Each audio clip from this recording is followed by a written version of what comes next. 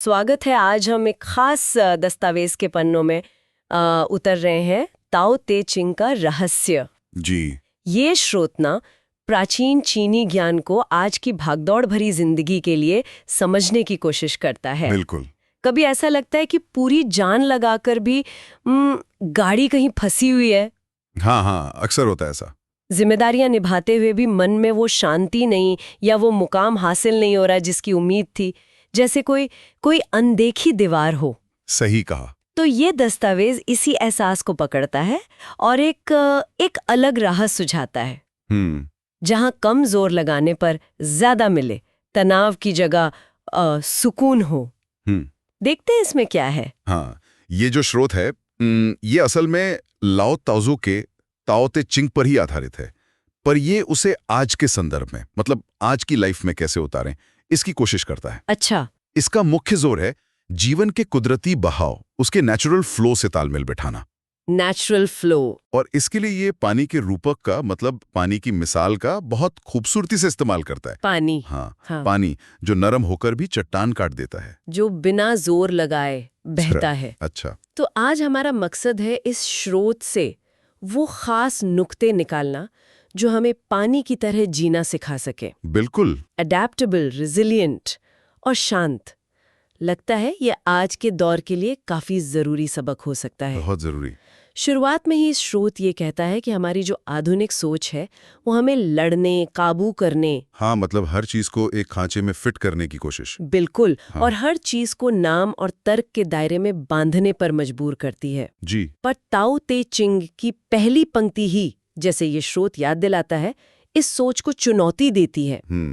जिस ताओ के बारे में बताया जा सके वो शाश्वत ताओ नहीं है। सही। मतलब जिंदगी की जो गहरी सच्चाई है वो सिर्फ योजनाओं या परिभाषाओं में, उनमें कैद नहीं हो सकती। और यहीं से, इसी कोशिश से तनाव उपजता है, जब हम अपनी बनाई परिभाषाओं और उम्मीदों से बुरी तरह चिपक जाते हैं। हाँ। तो जिंदगी के सहज प्रवाह से कट जाते हैं। स्रोत का वादा इसी तनाव से मुक्ति का है। मुक्ति कैसे? लगातार लड़ाई के बिना सफलता और शांति पाने की संभावना, इसे वो कहता है कम करके ज्यादा पाना। कम करके ज्यादा पाना, ये दिलचस्प है। लेकिन पानी हो क्यों? इस स्रोत में पानी पर इतना जोर क्यों दिया गया है? अच्छा सवाल है, क्योंकि पानी ताओवादी सोच का सार है, जैसा स्रोत बार बार दिखाता है। कैसे? पानी देखिए, झुकता है पर चट्टानों को चिकना कर देता है। हाँ। वो बिना भेदभाव पोषण करता है, हमेशा सबसे नीचे की जगह ढूंढता है। हाँ। और बिना कोशिश के बहता है। स्रोत कहता है दुनिया में पानी से नरम और कमजोर कुछ नहीं, फिर भी कठोर और मजबूत पर हमला करने के लिए इससे बेहतर कुछ नहीं। तो अगर ऐसा लग रहा है काफी टाइम से कि आप मतलब धारा के खिलाफ जा रहे हैं, हाँ, जैसे बहुत कोशिश कर रहे हैं पर बिल्कुल नतीजा नहीं मिल रहा, तो स्रोत कहता है शायद पानी से कुछ सीखने का वक्त है। तो पहला कदम क्या है पानी से सीखने का? स्रोत कहता है ये मानना कि सब कुछ समझा या नियंत्रित नहीं किया जा सकता। हाँ, ये एक्सेप्ट करना। जिंदगी की कई अहम चीजें, प्यार, चेतना, यहाँ तक कि अपनी गहरी भावनाएं, वो शब्दों या योजनाओं में पूरी तरह नहीं समाती। सही बात है। और जब हम अनिश्चितता में निश्चित जवाब ढूंढते हैं, मैं खुश क्यों नहीं हूं, कोई तो ठोस वजह होगी, तो हम उलझन और बढ़ाते हैं। हाँ, वो स्रोत में एक मिसाल भी है, जैसे गंदले पानी के तालाब को साफ देखने के लिए उसे और हिलाना, तो पानी और गंदा हो जाता है। बिल्कुल। यही पर सोच बदलने की जरूरत है। रहस्य को, मिस्ट्री को स्वीकार करना। रहस्य को स्वीकारना लाओ त्सु का एक सूत्र है जिस पर स्रोत जोर देता है, इच्छा से मुक्त होकर आप रहस्य देखते हैं, इच्छा में फंसे होने पर आप केवल अभिव्यक्तियां देखते हैं। यानी जब हम अपनी सख्त अपेक्षाएं छोड़ते हैं तभी गहरी सच्चाई देख पाते हैं।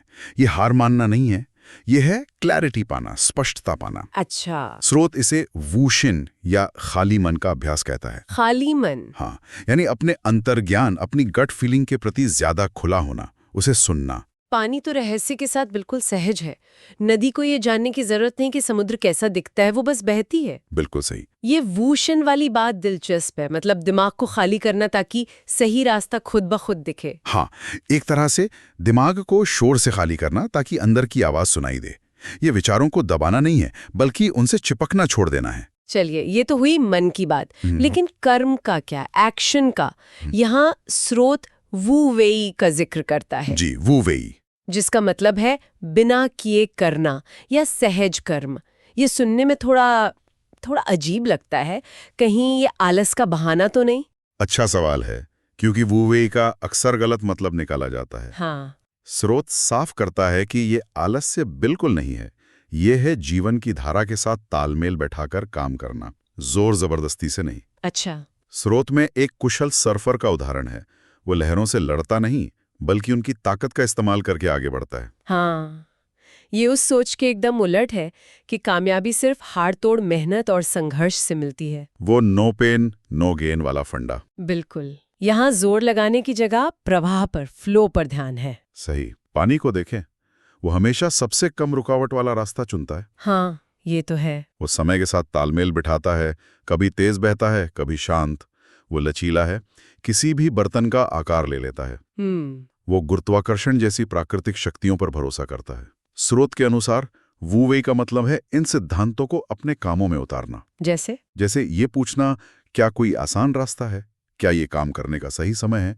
क्या मैं हालात के साथ सहयोग कर सकता हूं बजाय उनसे लड़ने के? ये सवाल पूछना ही वू वेई की शुरुआत है। ये तो सोचने वाली बात है, खासकर आज के दौर में जहां सब कुछ तुरंत चाहिए, इंस्टेंट ग्रेटिफिकेशन। बिल्कुल। नतीजों के लिए इंतजार करना बहुत मुश्किल होता है और जल्दबाजी में लिए फैसले अक्सर गड़बड़ ही करते हैं। इसीलिए स्रोत धैर्य को, पेशेंस को एक अहम गुण बताता है। पर यहां भी एक नुक्ता है। क्या? यह निष्क्रिय इंतजार नहीं है, पैसिव वेटिंग नहीं। स्रोत इसे सचेत प्रतीक्षा या कह लें एक्टिव वेटिंग कहता है। एक्टिव वेटिंग मतलब? माली का उदाहरण दिया गया है। वो जानता है कि पौधे को ज्यादा पानी देने से वो जल्दी नहीं उगेगा, इंतजार करना पड़ता है, पर साथ ही ध्यान भी रखना होता है। अच्छा। लाओ तत्जू का एक उदाहरण है, जब तक कीचड़ बैठ न जाए और पानी साफ न हो जाए, कौन स्थिर रह सकता है? धैर्य से स्पष्टता आती है। पानी की तरह जीवन में भी उतार चढ़ाव होते हैं। स्रोत कहता है कि कभी आगे बढ़ने का समय होता है, कभी ठहरने का। बिल्कुल, वो रिदम समझना। तो धैर्य का मतलब हार मानना नहीं, बल्कि सही मौके का इंतजार करना है। जैसे पानी लगातार बहकर चट्टान को काट देता है। ये धैर्य और दृढ़ता का मेल है। और इस धैर्य के साथ सतर्कता भी जरूरी है। अलर्टनेस। स्रोत में बगुले की मिसाल दी गई है। मछली का इंतजार करते हुए वो एकदम स्थिर रहता है, लेकिन पूरी तरह चौकन्ना। हाँ। जैसे ही मौका मिलता है वो झपट्टा मारता है। तो धैर्य का मतलब आंखें मूंद लेना नहीं, बल्कि सही समय पर सही काम करने के लिए तैयार रहना है। ये बात भी सही है। एक और प्रवृत्ति जो हम में से कई लोगों में होती है, वो है हर चीज को ठीक करने की, कंट्रोल करने की। हाँ, फिक्स करने की आदत। दूसरों के काम में दखल देना, सलाह देना, रास्ता बताना। शायद डर लगता है कि अगर हमने कंट्रोल नहीं किया तो सब बिगड़ जाएगा। हाँ, या शायद हमारी पहचान ही इसी फिक्सर होने से बनती है। हो सकता है। तो स्रोत इस बारे में क्या कहता है? स्रोत इसे हस्तक्षेप या नॉन इंटरफेरेंस के सिद्धांत से जोड़ता है। लेकिन यहाँ सवाल उठता है कि क्या इसका मतलब यह है कि हम जरूरत पड़ने पर भी मदद ना करें? इसमें और लापरवाही में क्या फर्क है? ये सवाल मन में आ सकता है। हाँ, बिल्कुल आ सकता है। स्रोत स्पष्ट करता है कि हस्तक्षेप का मतलब लापरवाही नहीं, बल्कि भरोसे की ओर बढ़ना है। ट्रस्ट करना, नियंत्रण छोड़कर सशक्त बनाने पर ध्यान देना। बिल्कुल। बार बार बचाने की कोशिश करने के बजाय दूसरों को खुद रास्ता खोजने देना। एम्पावर करना। स्रोत में बगीचे की मिसाल है। बीज बोने के बाद आप प्रकृति पर भरोसा करते हैं। हर रोज पौधे को खोद कर नहीं देखते कि जड़ें बढ़ रही हैं या नहीं। ज्यादा दखलंदाजी नुकसान कर सकती है। पानी भी तो यही करता है। वो तालाब की तरह जीवन को पालता है, पर उसे कंट्रोल नहीं करता। सही। चट्टान आती है तो उसे लड़ता नहीं, रास्ता बदलकर आगे बढ़ जाता है। बारिश की तरह चुपचाप पोषण देता है। बिल्कुल। और जब जरूरत हो तब मदद करें, लेकिन स्थिति की जरूरत के हिसाब से, अपने अहंकार को संतुष्ट करने के लिए नहीं। अहंकार को संतुष्ट करने के लिए नहीं। स्रोत इसे सेवक नेतृत्व यानी सर्वेंट लीडरशिप की भावना कहता है। आप मार्गदर्शक बने, नियंत्रक नहीं। अच्छा, आगे बढ़ते हैं करुणा पर, कंपैशन पर। अक्सर लगता है कि दया या करुणा कमजोरी की निशानी है। हाँ, ये आम धारणा है। दुनिया का मुहावरा है, अच्छे लोग पीछे रह जाते हैं। लेकिन स्रोत कहता है कि करुणा असल में बहुत बड़ी ताकत है। नरम चीजें कठोर पर जीत हासिल करती हैं। स्रोत इसे एक व्यवहारिक शक्ति, एक प्रैक्टिकल फोर्स के तौर पर देखता है। ये सिर्फ एक भावना नहीं, बल्कि रिश्तों और खुद की भलाई को बेहतर बनाने का तरीका है। व्यवहारिक शक्ति। हाँ, स्रोत समझदार करुणा या वाइज कंपैशन की बात करता है, जिसमें देखभाल तो हो पर साथ ही अपनी सीमाएं, अपने बाउंड्रीज भी तय हों। ये जरूरी है। और ये भी जरूरी है कि हम आत्म करुणा यानी सेल्फ कंपैशन का अभ्यास करें। खाली बर्तन से किसी और को पानी नहीं दे सकते। पानी का उदाहरण यहाँ भी सटीक बैठता है। वो बिना किसी भेदभाव के सबका पोषण करता है। जी हाँ। उसकी नरम, लगातार बहती धारा कठोर पत्थरों को भी गोल और चिकना कर देती है समय के साथ। और बहते रहने से वो ताजा रहता है। ये आत्म करुणा का प्रतीक है। रुका हुआ पानी बासी हो जाता है। बिल्कुल सही पकड़ा। संघर्षों का सामना कैसे करें, कॉन्फ्लिक्ट को कैसे नेविगेट करें, इस पर भी स्रोत पानी से सीखने को कहता है। टकराव तो जिंदगी का हिस्सा है। बिल्कुल। पानी की तरह क्या हम आक्रामकता का जवाब नरमी से दे सकते हैं? स्रोत का सुझाव यही है, झुकना कमजोरी नहीं बल्कि शांति बनाए रखने का एक तरीका हो सकता है। जैसे पानी चट्टान से टकराने के बजाय उसके चारों ओर से बह जाता है। अहंकार को छोड़कर विनम्रता अपनाना। अमुद्र में जा मिलती हैं। विनम्रता हमें दूसरों का नजरिया समझने में मदद करती है। पानी की तरह एडेप्टेबल होना, किसी भी बर्तन का आकार ले लेना और स्पष्ट होना, जैसे आईना दूसरे के नजरिए को दिखाता है, ये सब संघर्ष सुलझाने में मदद कर सकते हैं। और धैर्य रखना। हाँ, और धैर्य रखना, क्योंकि कुछ दरारों को भरने में पानी को भी समय लगता है। इस सब के बीच आज की जो जटिल दुनिया है, कॉम्प्लेक्स वर्ल्ड, उसमें स्रोत सरलता पर भी जोर देता है। सिंप्लिसिटी। जी। एक पंक्ति है, सादगी प्रकट करो, सरलता को अपनाओ, स्वार्थ कम करो, इच्छाएं कम रखो। क्या इसका मतलब है कि हमें अपनी महत्वाकांक्षाएं, अपने एम्बिशंस छोड़ देनी चाहिए? नहीं, मुझे नहीं लगता स्रोत का मतलब ये है। स्रोत इसे आंतरिक स्थिति, एक इनर स्टेट के रूप में देखता है। अच्छा। बाहरी जिम्मेदारियां जटिल हो सकती हैं, लेकिन हमारा नजरिया, हमारा अप्रोच सरल हो सकता है। कैसे? स्रोत अनघड़ लकड़ी, पो उनकार्ड ब्लॉक का प्रतीक इस्तेमाल करता है, हमारी असली प्राकृतिक अवस्था। अनघड़ लकड़ी। हाँ, बनावटीपन छोड़कर सहज और प्रामाणिक होना, ऑथेंटिक होना, गैर जरूरी चीजों, विचारों और अहंकार को छोड़ना। डिटैचमेंट। एक तरह से, जैसा एक और सूत्र कहता है, ताओं की खोज में हर दिन कुछ छोड़ा जाता है।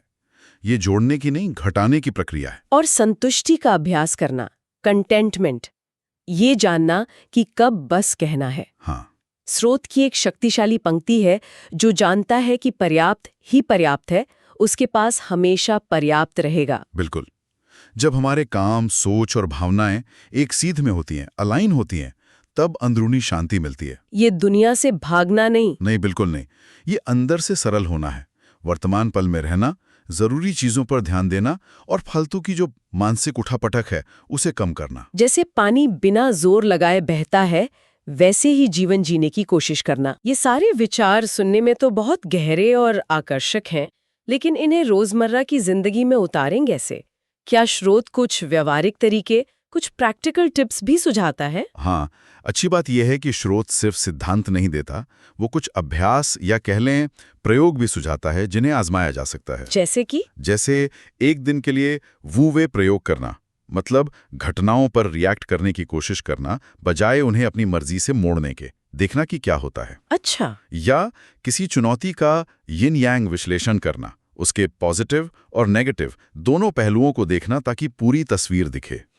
अनमर लकड़ी पर सोचना कि हमारी असली बिना बनावट वाली प्रकृति क्या है। ये तरीके इन विचारों को सिर्फ बौद्धिक समझ से आगे ले जाकर अनुभव करने में मदद कर सकते हैं। तो इस सारी चर्चा का सार निचोड़ यही निकलता है कि पानी की तरह जीना, हाँ, बहते हुए, लचीले, धैर्यवान, करुणामय और सरल तरीके से, ये हमें कम संघर्ष और ज्यादा शांति और असरदार होने की तरफ ले जा सकता है। बिल्कुल। ये सब कुछ कंट्रोल करने की जिद छोड़कर जीवन के प्रवाह के साथ बहना सीखने के बारे में है, जैसा कि इस स्रोत में समझाया गया है। बिल्कुल।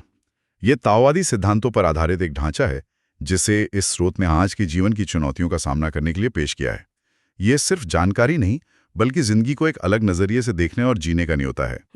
ये समझना कि ताकत हमेशा जोर लगाने में नहीं होती, अक्सर वो नरमी, धैर्य और प्रवाह में छुपी होती है। और जाते जाते एक सवाल छोड़ जाते हैं सोचने के लिए। जी। चिंतनशील स्वर। अगर हम पानी की तरह बहना सीख लें तो क्या जीवन में आने वाली कोई भी बाधा सच में स्थायी हो सकती है, या वो सिर्फ रास्ते का एक मोड़ है जिसे समय के साथ पार किया जा सकता है या जिसके आसपास से बहा जा सकता है?